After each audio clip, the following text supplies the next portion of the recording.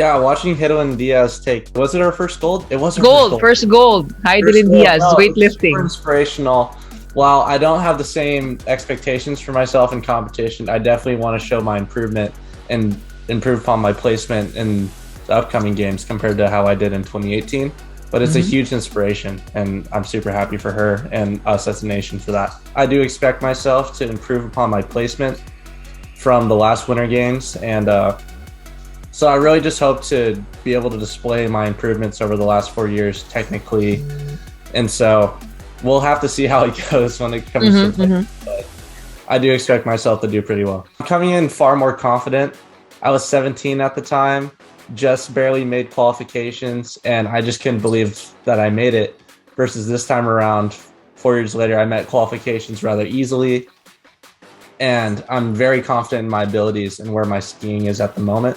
And so I'm just hoping I can bring out the best of it on those competition days.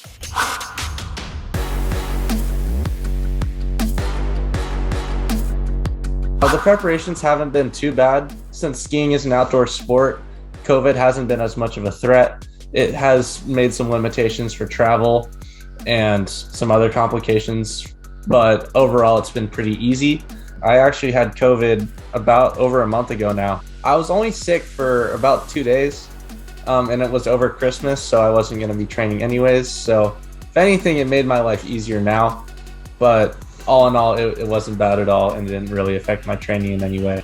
In terms of winter, I spend most of my time in Utah now, where I primarily train and race around in the region. So training has been good, and this winter has been great so far. Usually competitions are 4-day events that have a different competition every single day.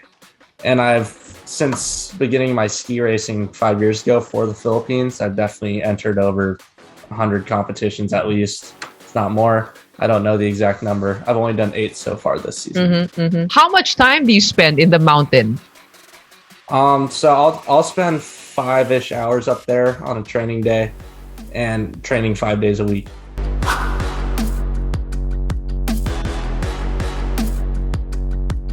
While skiing is an individual sport, a lot of it's in my control for my performance. So while I do expect some people to certainly do better than others, particularly some athletes from Switzerland, Norway, stuff like that, it's more about my control and my own skiing on that day, since it's not head-to-head by any means. It's all stacked against each other. And so while I may have people who I expect to do really well, I'm mostly just focused on my own performance and trying to make the best of my abilities. Have you ever tried the route here in Beijing? Have you ever skied in it?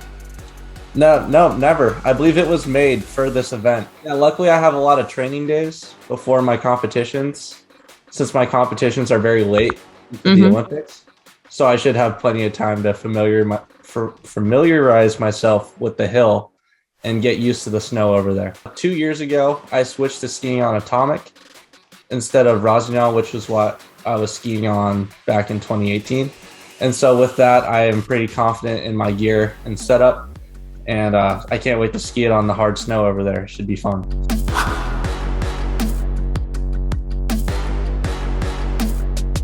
I began skiing when I was 1.5 years old, and I began ski racing when I was 8. It was just a way for me to get better as a skier. My dad would work up at the mountain and drop me off with the ski racers during the day. And over time, my love for the sport grew. It really kicked off when I was 16, and I began ski racing for the Philippines. And I thought, wow, we can make it to the Olympics with this, and set it as a goal. And ever since, it's become more rewarding, more challenging, and it really makes it the sport that I love for that reason. What role did your parents play, particularly your mother? And how did she react to you making it the second time around to the Winter Olympics? I mean, they supported me the whole way, as long as I have a plan and a goal. And I decide I'm going to put my mind to it. They're happy to support me. And so when I said this is what I wanted to do, they were there from the get-go. And I wouldn't be here if it wasn't for my mom and my dad's support, both, for helping me achieve this goal. What are the sacrifices that you've had to make to reach this level of competition in your sport? After Pyeongchang 2018 and I graduated high school, I took 2 years off of school before starting college to focus on ski racing.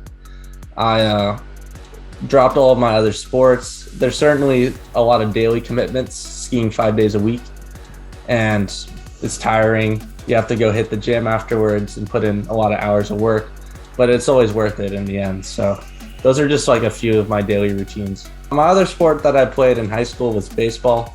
That was the other primary time taker, but as skiing became more serious, I definitely wanted to put all my time into one, and then the rest is history.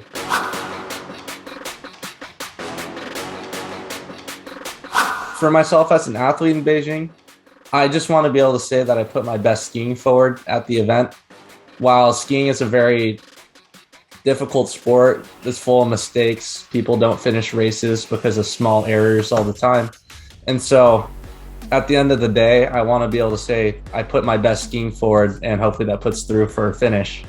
Okay. But those are basically my goals for that. I hope that with this Olympic Games appearance, that trajectory continues, and that more people realize that they can ski for the Philippines and pursue that route instead. How would you introduce your sport to younger Filipino generations who are unfamiliar with the sport, given that we are in a tropical country? I think Jim's mentioning of Nordic skiing, I think, is definitely the best approach to trying to introduce skiing. While it's not the same as alpine ski racing, which tends to require a big mountain and a whole lot of other gear, I think Nordic skiing is a great way to help bridge that gap from being on the land and to introducing the motions of Nordic skiing, which is kind of like ski running, into then transitioning on the snow. Personally, what does it mean for you to represent the Philippines, especially that it doesn't snow here, and for most Filipinos, we can only dream about snow?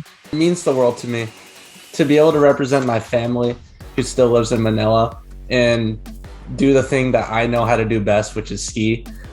It does mean the world to me. So this is my form of expression, and I hope to make my family proud who still lives in Manila and the rest of the country as well. I definitely expect to make a return to the Philippines. While I am probably going to miss a lot of school, I'll definitely make time for it.